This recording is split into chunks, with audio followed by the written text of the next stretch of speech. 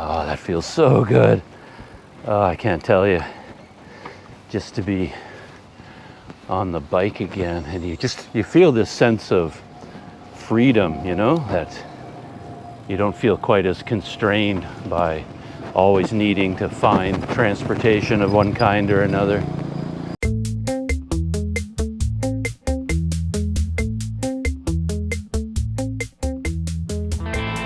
Yeah, I'm gonna record today a little bit. So welcome back to Planet Doug. You can see the Raja Boat Hotel behind me. Big day for me today on Planet Doug because KY, my friend KY is here. Hi. There's KY. And yeah, he came to pick me up because we're heading to Port Dickson. My bicycle has been stored at his family's home in Port Dickson. So we're on the road heading to Port Dickson, and I'm gonna pick up my bicycle, assemble it, get it roadworthy, and then ride to a hotel in Port Dickson, check into that hotel, and then work on the bicycle for a couple of days. So that's that's what's happening right now. I'm not gonna record the whole ride to Port Dickson. I've done that in the past, so I'm probably gonna pick up this video once we arrive in Port Dickson and I'm working on my bicycle. So see you in Port Dickson in a couple of minutes for you. I said I wouldn't film anything until we got to Port Dickson, but we've made a pit stop. KY has some family stuff to take care of, and he's dropped me off at a restaurant in his neighborhood, the Shannar Curry House, which looks really good. And I'm just gonna, maybe I'll grab something to eat here, a little light breakfast or a drink, and then when KY is done with all his errands, he'll come back and pick me up. Yeah, it looks like an interesting place. I already went for a walk around, and they have a nice buffet over here.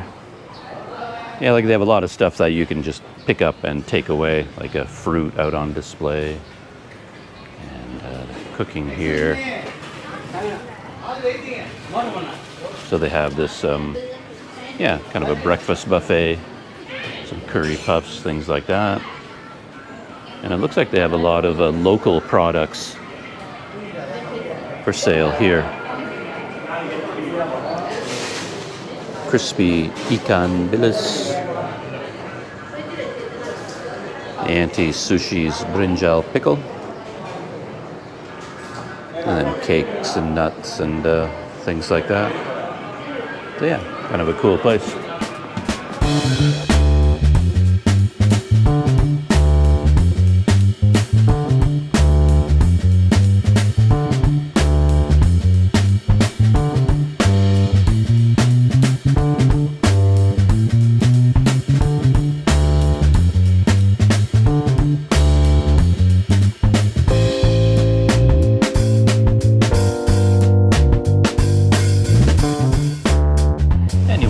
A bit of an unusual breakfast, but I just grabbed a few things at random, and I don't even like this one. I have no idea what it is, so I'm kind of curious about that. And I didn't get any sauces or anything, so not exactly a gourmet selection here, but I wanted to get some tofu, some noodles, a little curry puff, a little snack, and I got some hot tea as well. Let's see if I can figure out what this is. Don't really know. Could be like a ground up grain of some kind. Hello? Yes. What is this? This is upma. Umba? Upma. Oh. Rava, you know, rava. Oh, okay. Well, that's a surprise. The noodles, really spicy. Really, really spicy. And a waiter came by, brought me teh tarik.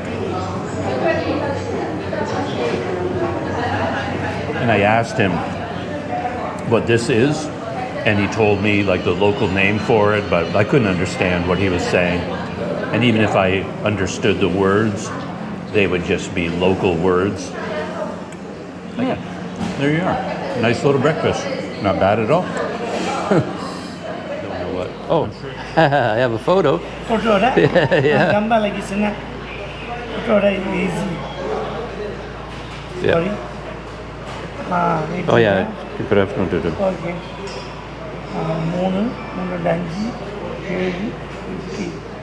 That was an interesting experience. I don't think I've ever done that in the past. I mean, I take pictures of everything that I eat, of course, but I don't think I've ever shown the photo of my meal at a restaurant for them to calculate the price.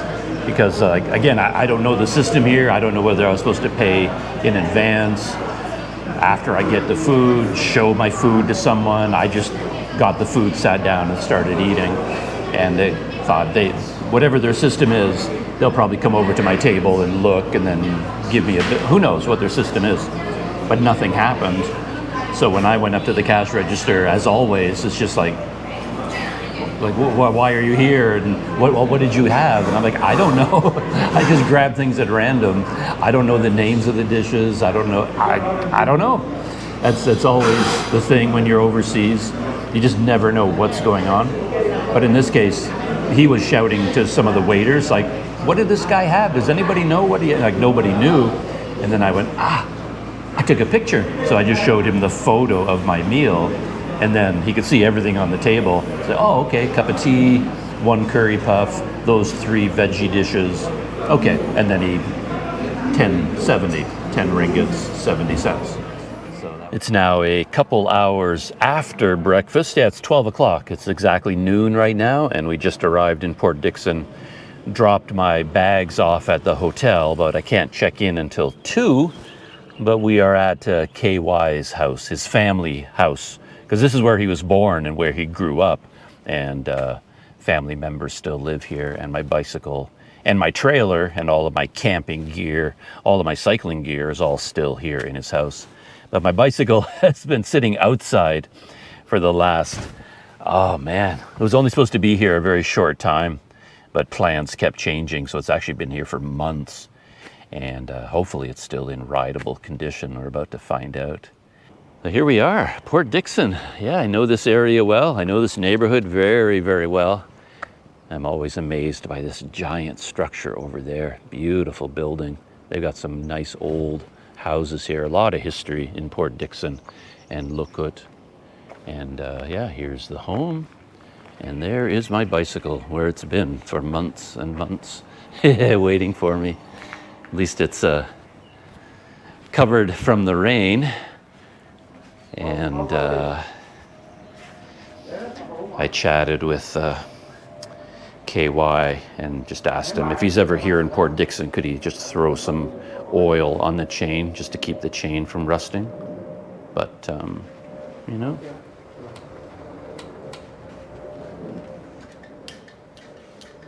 That feels a little stiff, but a little dusty, a little dusty, my poor bike, but looks rideable. There's even air in the tires. You didn't pump them up or anything? No? No. So yeah, my pump and tools are all inside. There's that horrible kickstand. Sure would be nice to have a new kickstand, but I'll try to get by with that one. You can see how cheap it is. It's all just rusting away. Pedals are still turning. So, as I said, KY has been keeping the chain oiled for me. And let's, look at that. What a reliable machine. Though the brakes are rubbing.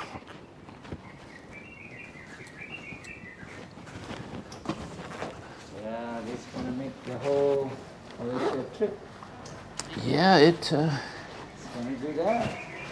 With the proper broomstick and everything, yeah, you're ready to go. yeah, I've got the, these are the hose clamps, the famous hose clamps for the broomstick to go on here. Mount the GoPro. Oh yeah, just before I left from Indonesia, I forgot about that. Broke my mirror. Did you sell a policeman mirror like this? They're hard to find. Like this particular kind is hard to locate. I always end up ordering them from overseas and having them shipped in. I forgot that this was still here.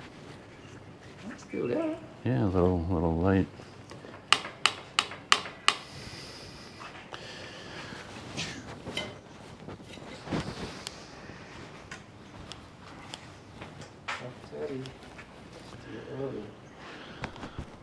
So I'm going to hop on the bike and just ride up and down the hill. Yep. Just for fun. Don't really need to, but we'll see whether it changes gears. There's even water in the water bottle. All right. Ah. Go ahead. Feels so natural. Feels so good. I missed it. Ah, gears are changing.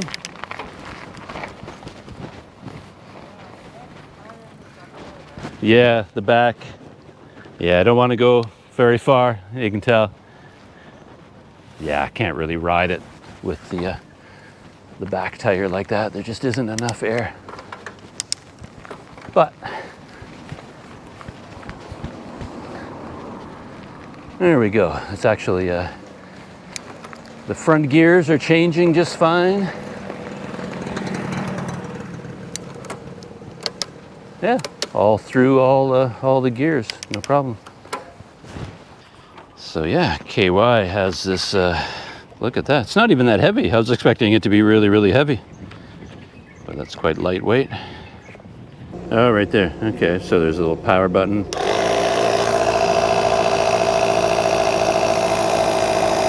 Wow. It goes so fast. Is it up? It's quite a bit of air in there already. Let's see. It should, because it's designed for a car. Yeah. So it probably puts out a lot more Yep. pressure than the bike would need. Burst it if you overinflate. Yeah. How about your front one? Yeah. Who knows? Who knew my bike was going to get such premium service?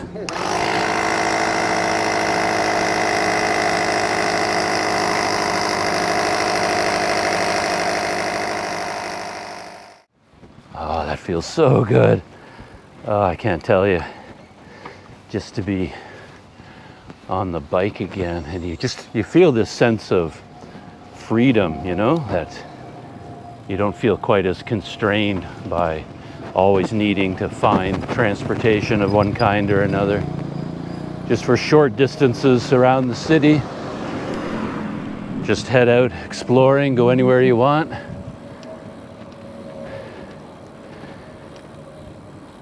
Yeah, bike seems in surprisingly good condition. Everything, I don't even have to adjust the gears.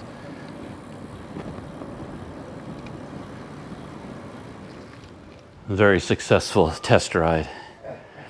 No issues at all that I could make out. Malaysia's calling you. Yeah, Malaysia's calling me. Visit Malaysia year 2026. So I was just talking with KY about my reception at the new hotel. What's it called again? The Gemilang Star. Yeah, Gemilang Star Hotel. And before we went in, I was sort of crossing my fingers because I'm such a wimp. I really like a warm, friendly greeting. It makes me feel good. And but yeah, you walked into that hotel and the front desk clerk was just not interested at all. It's just like he's busy sitting on his chair. No warm greeting, no welcome to our hotel. What can I do for you, sir? No friendliness at all. But hey, I'm sure the room is fine. Nice. And I had my pannier bags and my bicycle trailer here. So these are my pannier bags. If you haven't seen them before, they're made by a company in Canada called Arkel.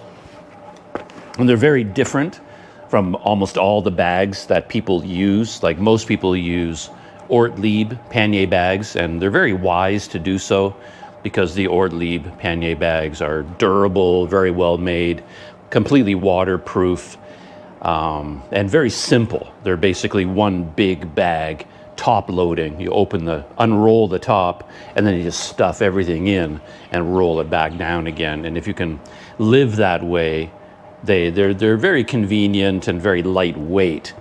The Arkel bags have a completely different philosophy where they're not waterproof. So to make them waterproof is pretty complicated. I have like a waterproof cover. So if it does rain, you take out the cover and then you put the cover over the top. But to be honest, it doesn't really work. You can't really just keep riding with the rain thundering down. That rain cover will offer some protection, but not full protection like an Ortlieb. So these aren't really as adventurous. And these bags are designed with pockets. So that's the whole idea. It's front loading, not top loading. So the whole front opens up like a suitcase. See what I mean? So it's like front loading, which is convenient, but it's also harder to fill it to capacity, to use all of the volume. But it has the advantage of all these pockets, right? So there's a pocket here on the outside, which is very, very handy. There's nothing in the bags right now. They're pretty much empty. So there's a pocket here, and there's a zippered pocket here, a zippered pocket up here on the top, and then another zippered pocket here on the side. So here on the side, I keep all of my tools, flat tire repair kit, tire pump, things like that. So these go with me all the time. And what I've done with this particular bag is I've converted it into a knapsack. So I built my own straps. So these are like backpack straps, and they're designed to click into here. And then down here, I drilled holes down here and put in these rings. So these backpack straps click into these too. And then I can wear this like a backpack. It's not the most comfortable backpack in the world, but it does work. And I also have a trailer. I'll show you the trailer in a minute, but the first thing I need to do is pump up the tires on the trailer because the tires have lost all their air as well. So these are the wheels for the trailer. It's a two-wheel trailer. And yeah, they need some air. And there we go. If I had KY's electric pump, it would be a lot easier. But these are pretty small tires. The tubes fill up with air pretty fast.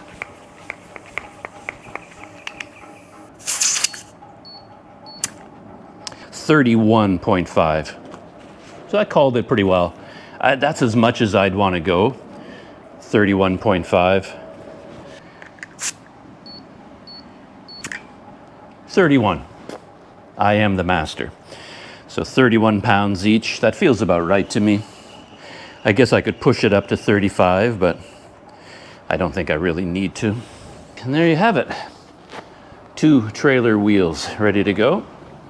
There is the famous Planet Doug Radical Design Cyclone 4 trekking trailer.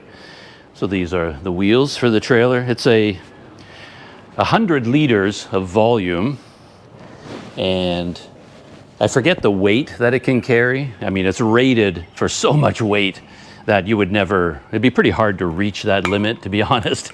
If you're carrying as much weight as this trailer is rated for, well, you're carrying a lot. Most people wouldn't really approach that limit, I don't think.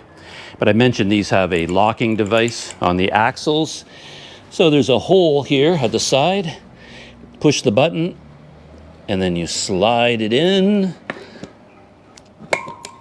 And then they lock into place. So you can see this side has there's 2 holes here. There's one in the middle. That's where you put the wheels when you're touring.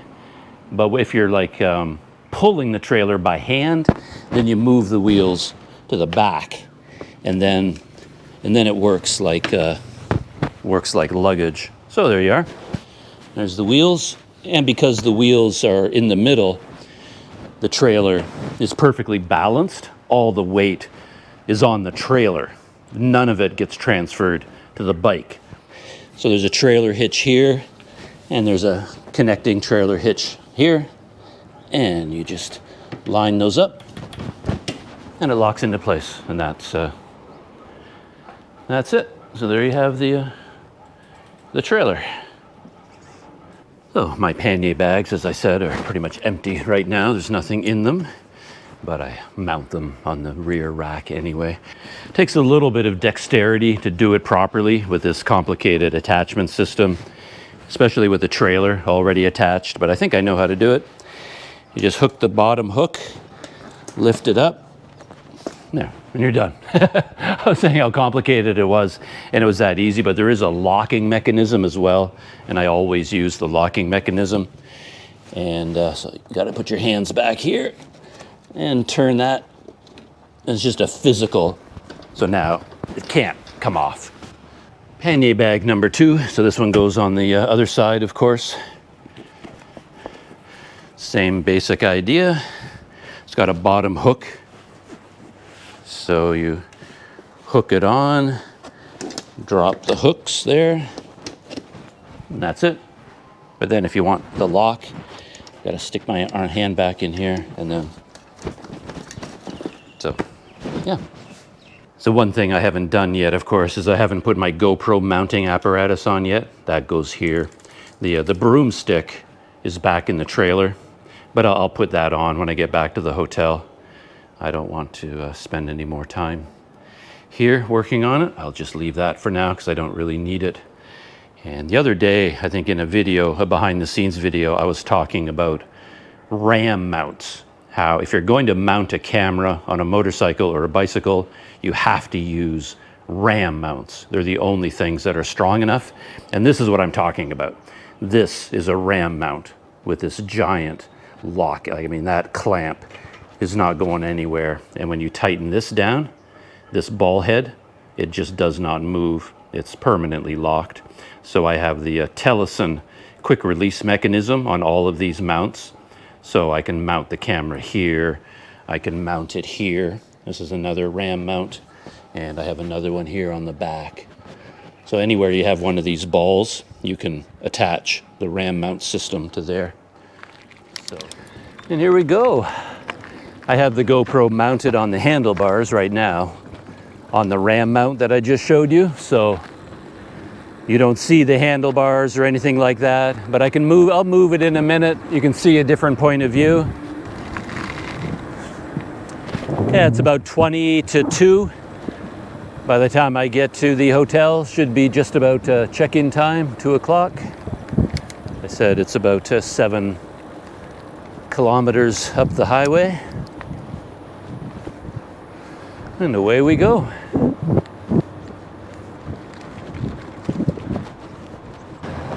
I think you tend to think of Port Dickson as a sleepy little town, but that reputation doesn't hold up once you come down to the roads. A road like this that goes through Port Dickson is surprisingly busy, a lot of traffic.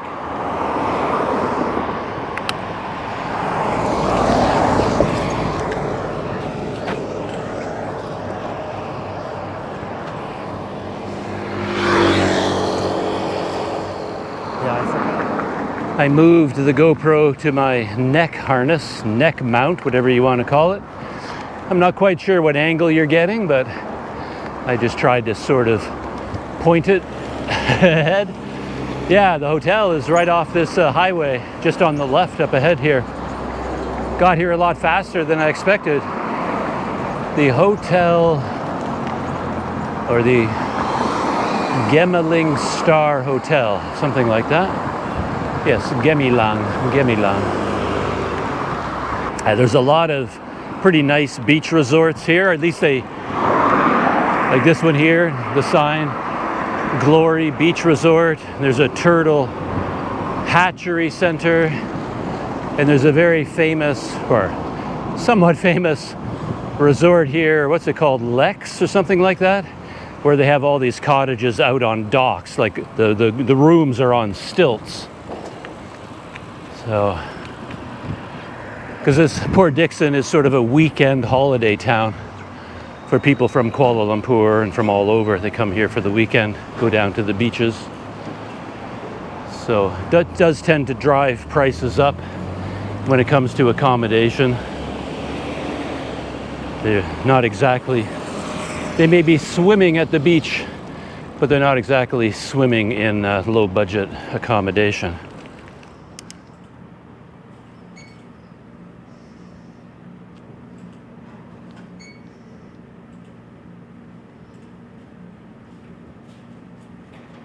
TV, right? Yeah. 30 ringgit. Per night 10 ringgit. No, I already paid an Agoda. No, you should not to pay it for hotel. Yeah, it's Per already night. paid for. No. If you come pay at hotel, you can see here. Yeah. It's included in the Agoda No, price. it's Agoda's one, it's a hotel one. It's included. Trust me, I fight with the hotel every time about this. Why Sir, can't you figure it need out? to pay I'll show 10 you. ringgit per night. You need It's to pay included 10 in ringgit. Agoda. No. Yes. You need to pay at the hotel, sir. You can see the price tag also. But whenever you go, you need to pay also. I already paid it. No, you pay for Agoda, not for us. No, it's the 30 ringgit tourism tax for Agoda. It goes to the government. They charge it through Agoda. No, sir. You Yes. need to pay 30 ringgit for our hotel. If not, No. we cannot skip the room, sir. It's our management policy.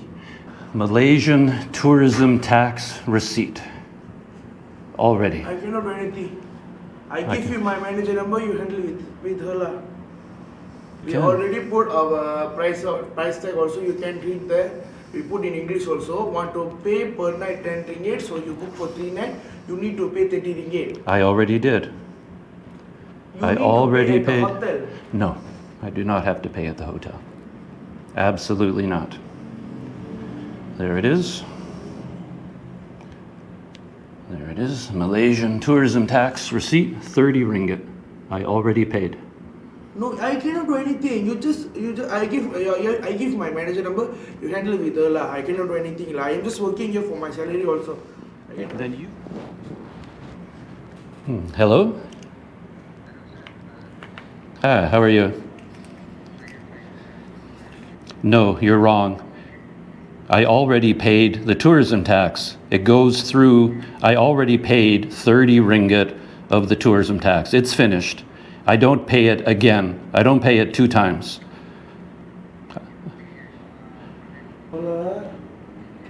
No, I don't. I only pay it 1 time to Agoda. It pays 10 ringgit per night, is included in the payment online, and it goes to the government Malaysian tourism tax. The tourism tax is already paid. No, I must not. I already paid it. It's already finished. I paid 30 ringgit Malaysian tourism tax already. I won't pay 2 times. Tapi di Surabaya, I'm sorry. orang-orang di Surabaya. Yes, I have the receipt. I already have the receipt. It goes from Agoda to the Malaysian government for the tourism tax. Your policy is not correct. I know, because I've been in Malaysia for many years. I always stay in hotels, and this is how it works. Saya bagi tahu you. Trust me, I know the policy better than you do. Anyway, Your management policy is not correct. No, I already paid 10 ringgit per day. Already finished, already paid. I have the receipt. I can send you the receipt. You can copy the receipt. It's already finished. No. No, absolutely not. Every hotel is the same. I cannot do anything. Sir. I just dia work for salary. dia only. ada dia ada receipt dah, dia ada receipt. I Dia also asked bayar my sama Agoda manager, why 30 need to ringgit, ada pay 2 receipt times? lah. Oh, what a nightmare. An absolute nightmare. I went to the neighboring 7-Eleven to get myself a liter of milk to reward me, to compensate me for the trauma of, again, checking into a hotel in Malaysia. I mean, Visit Malaysia 2026 this year.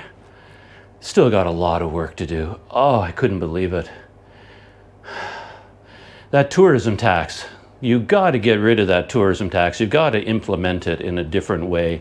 You've got to at least communicate to the hotels, the hotel clerks, the hotel management, the staff, how the tourism tax works. I mean, I find it, of course, I'm annoyed endlessly by this 10 ringgit per night tourism tax. It just bothers me on the face of it. I don't like it.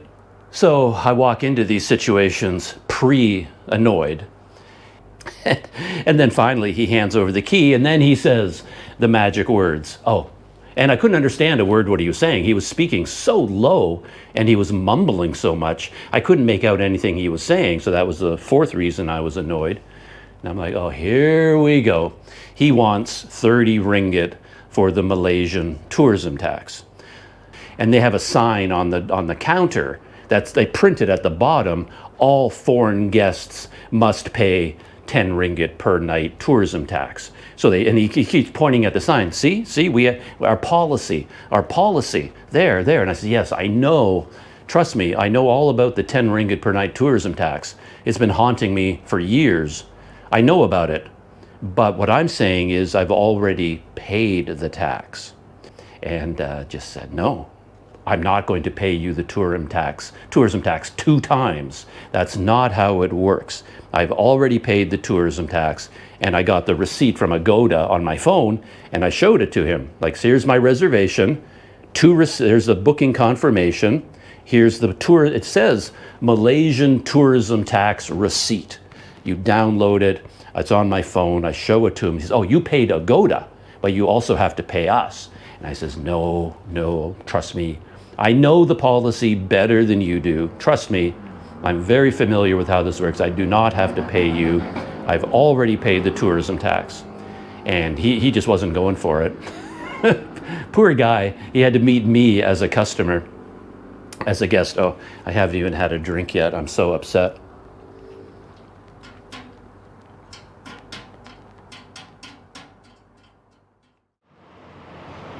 So I'm outside the hotel. This is the location. Not exactly the most scenic, but I'm not looking for scenery in my hotels for the most part. In my hotels, all I'm looking for is simplicity and no tourism tax drama. That's all I'm looking for. But yeah, I've got my bike sort of locked up out here. Yeah, I could take it in myself easily, pick it up and carry it up the stairs, but I'm pretty sure the hotel won't like it if I do that.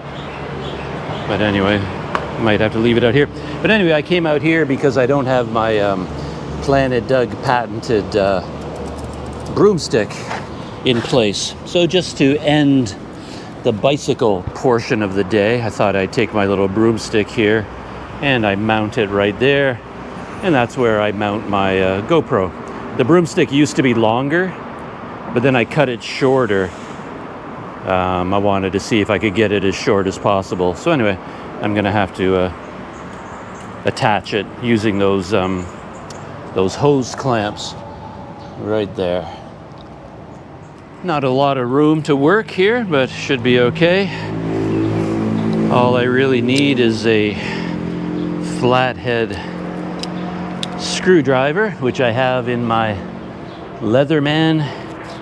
And the key to my broomstick system is that I put the base of the broomstick through these hose clamps.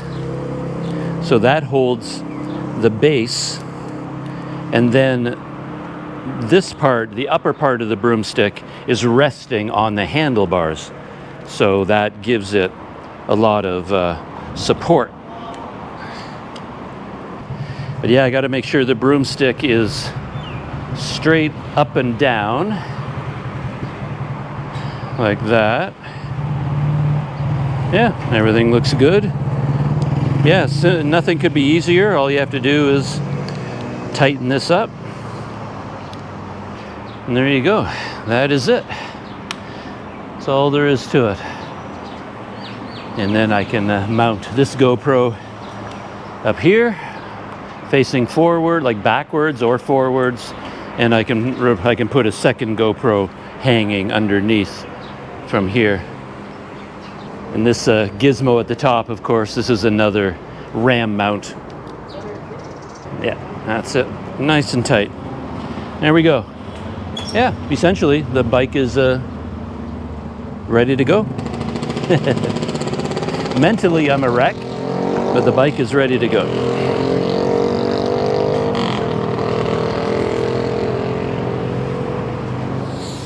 So I'm checked in. I moved my gear up to the room. I didn't really unpack or get organized. All of my cycling gear and backpacking stuff, everything is all mixed up in a big jumble, so I'm gonna have to sort through it.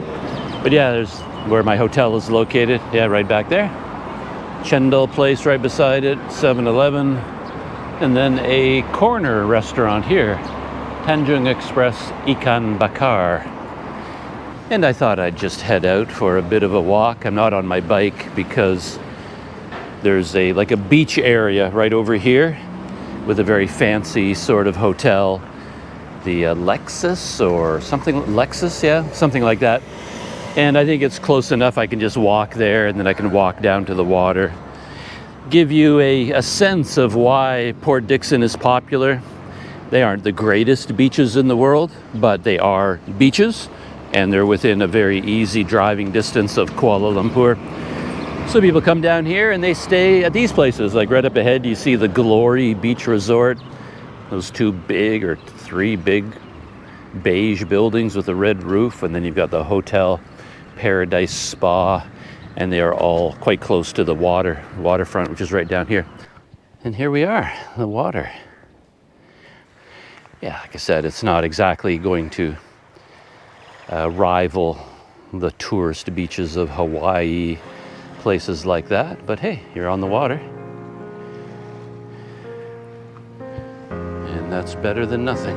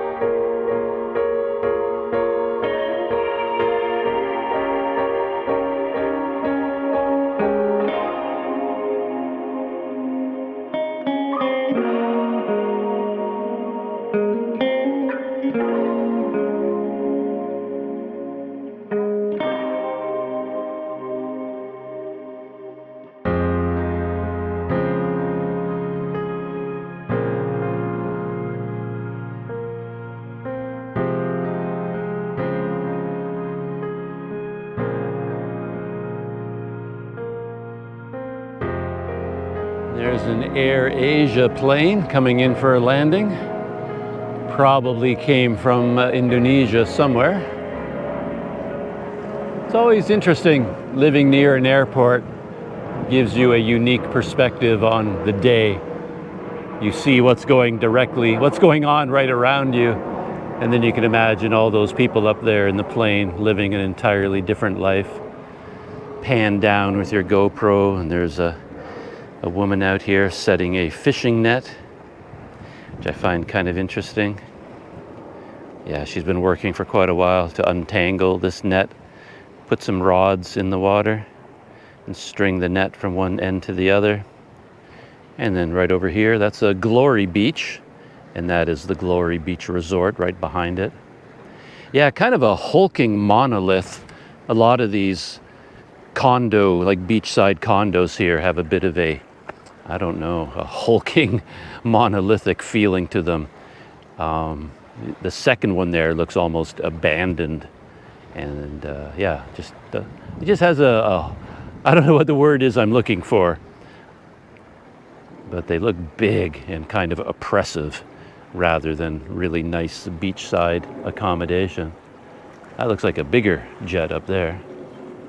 And the beach that I just walked along was right over here. Quite different when you look, right? That one has brown, tan sand right there, and then you go on the other side of this breakwater, and over here is like more classic white beach sand. I wonder if that's natural, or did they truck in a bunch of white sand for visitors? I'm not sure. And this whole beach over here seems to be set aside as a turtle hatchery. So there are signs there threatening hefty fines if you do anything here, like camping or anything else to interfere with the turtles who might be laying their eggs on this beach. So I think the name of the beach is something like, Turtle Hatchling Beach or something like that. I took some video of the signs there. 1,000 ringgit fine if you pitch a tent here. So this is not a place for the American hobo to put his tent or his hammock. It's amazing how frequently these jets come in for a landing, right? Just on and on and on. There's just no end to them. So let's continue walking along Glory Beach here, see what there is to see. This is the beach sand over here on Glory Beach. Very fine white sand, but a lot of black here as well. I'm wondering whether that black is just coming from fires. Because even over on Turtle Beach, you're not allowed to camp or do anything there, but there were a lot of evidence of fires, and even a fire burning right now that the local people are setting along the beach. So maybe all that black is like black ash. But yes, it's very, very, very fine sand. Look at that.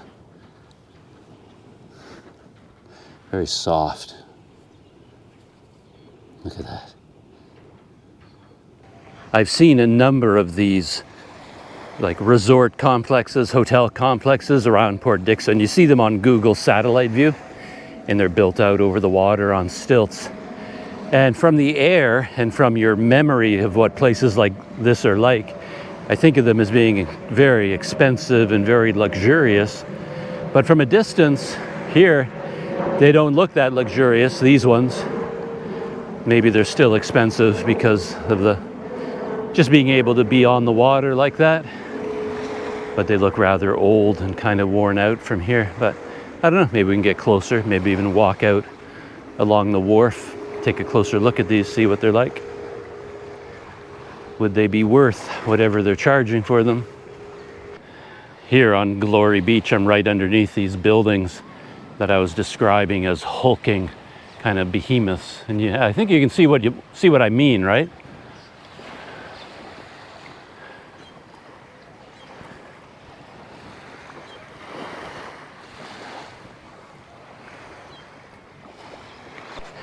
Nice rocks here on the breakwater, or whatever you call these. And this one is right beside this resort on stilts. So you can see onto the balconies. Every one of them gets a little balcony, and they look to be air conditioned.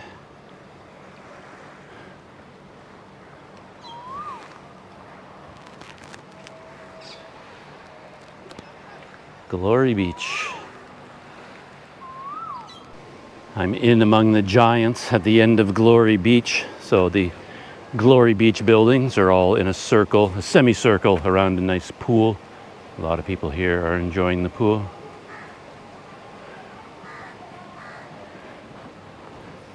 And yeah, there's some sort of a water treatment plant over here, I think. I thought maybe it was a turtle hatchery, but then the smell made it smell more like sewage. So this might be a water treatment center right over here. But yeah, another... so this would be the place with all the hotel rooms out on stilts, because the only way to get to it would be through their property. So yeah, it has a pool as well.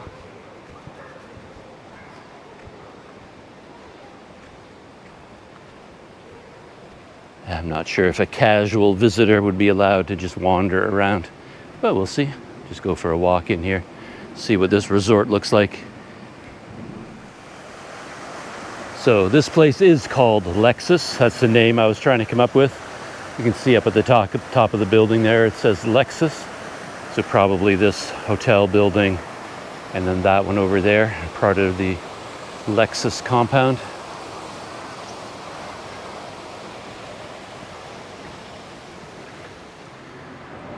So I just came into the Lexis. I walked through the lobby already, but I didn't have my GoPro running. I'll take some video of that as I go back through. Yeah, but I found a way to get to the back.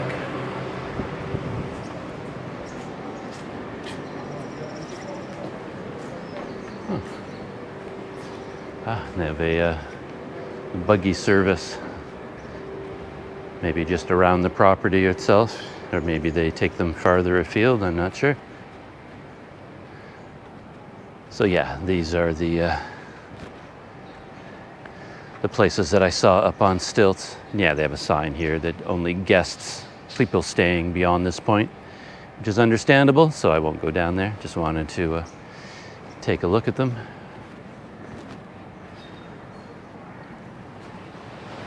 Yeah, this seems to be quite a popular place. Seems busier than other places.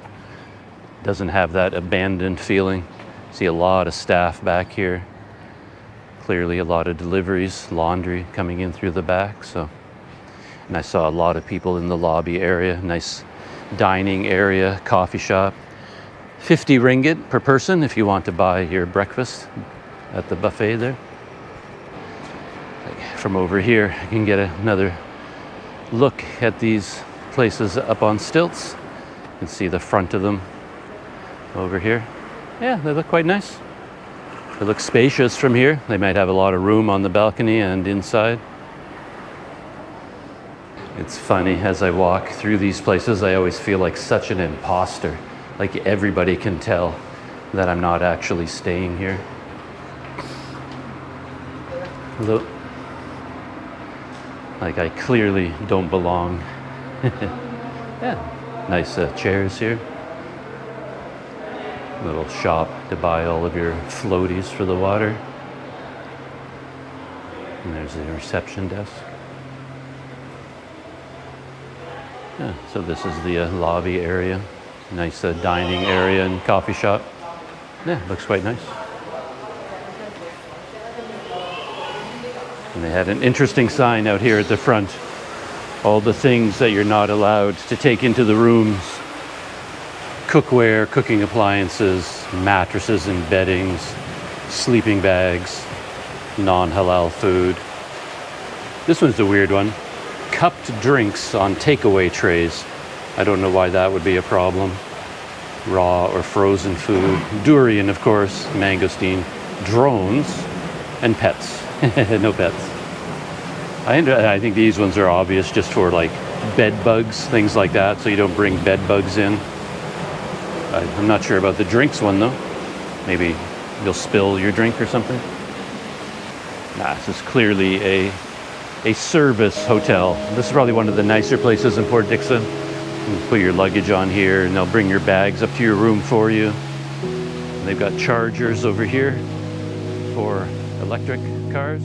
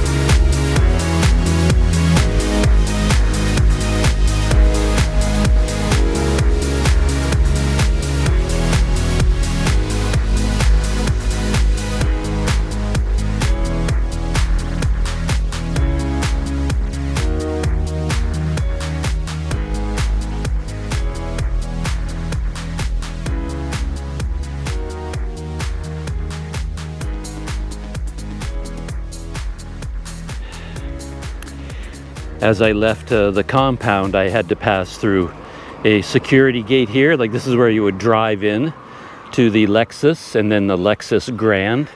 So I think the one on the left, the security guard told me this is the original building, and that's the Lexus built in 2006. And then the one on the right, looking a little bit more modern, a little newer, that was built in 2011. And I think that's the Lexus Grand over there.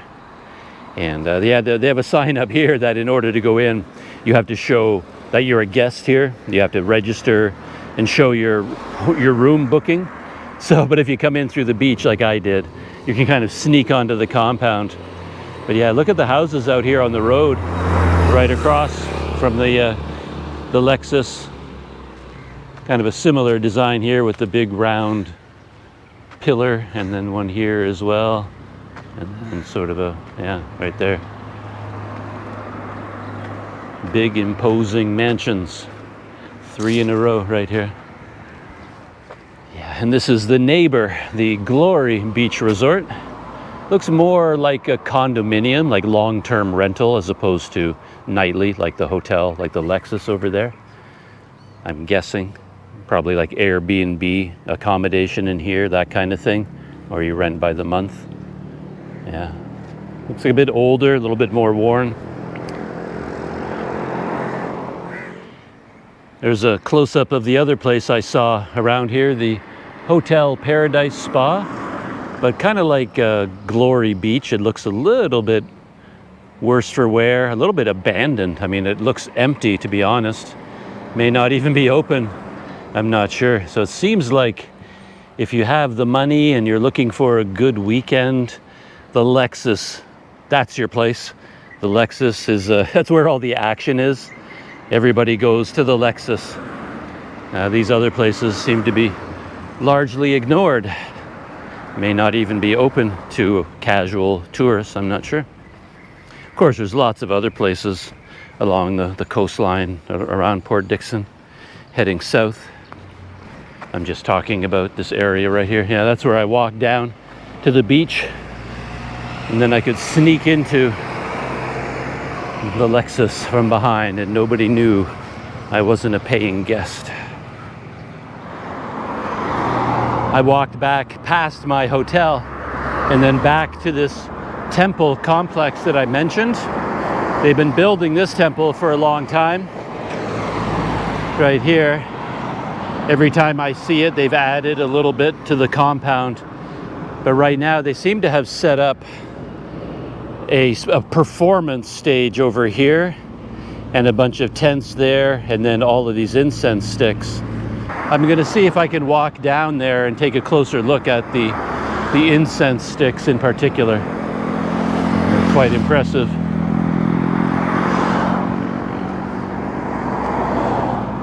And here is bustling Port Dickson. And there's nothing going on right now, no performance, no music, so it's a good time to come in, take a look around. When I went by earlier, there was loud music playing, so I wouldn't be able to run my GoPro. Yeah, look at this. Not quite sure what might have been burning here.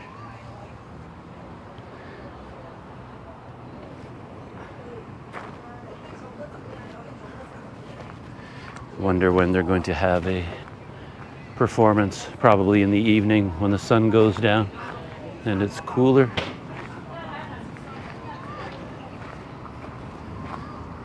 Look at the size of these.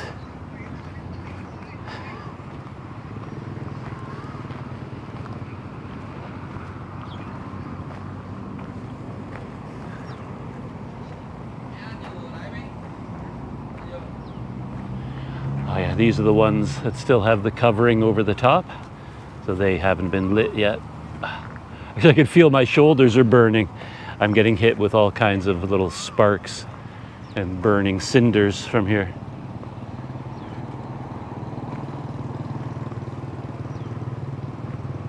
It's not very aromatic though. I'm not really smelling very strong sort of incense aroma though.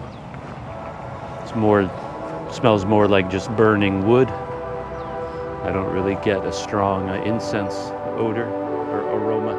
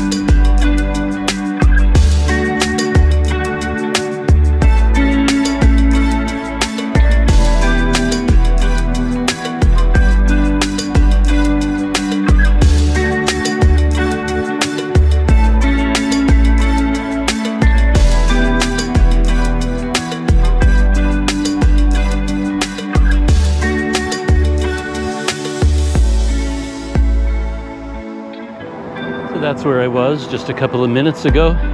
I ended up having to leave quicker than I expected just because there was so much smoke coming off of all the various fires, getting in my eyes and making it hard to breathe. I kept getting hit by burning embers, so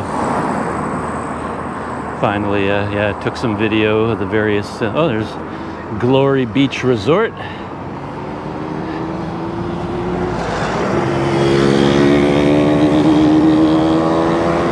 And I'm just walking back to my hotel. It's just up ahead there in that shopping plaza. And all in all, I think that's the end of the day and time to shut this video down.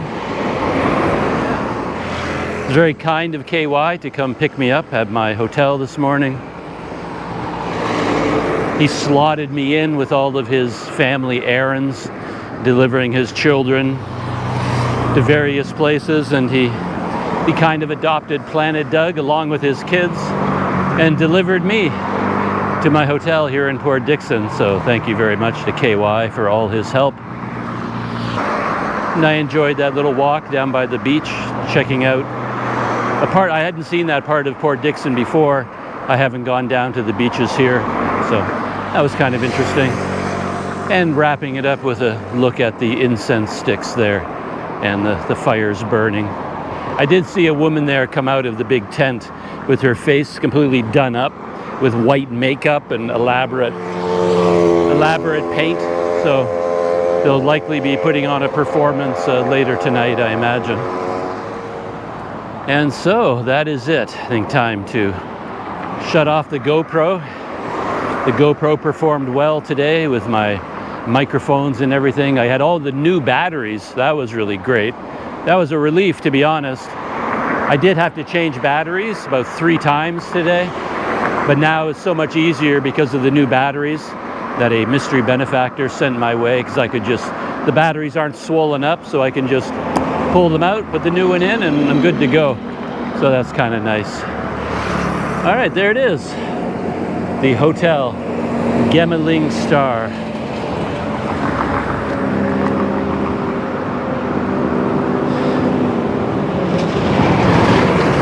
Woo. There you go. That's what you get for walking down the highway in Port Dickson. I better get off the road. So that's it. Outside my hotel, shutting down. Hope you enjoyed that, and I'll see you in the next video.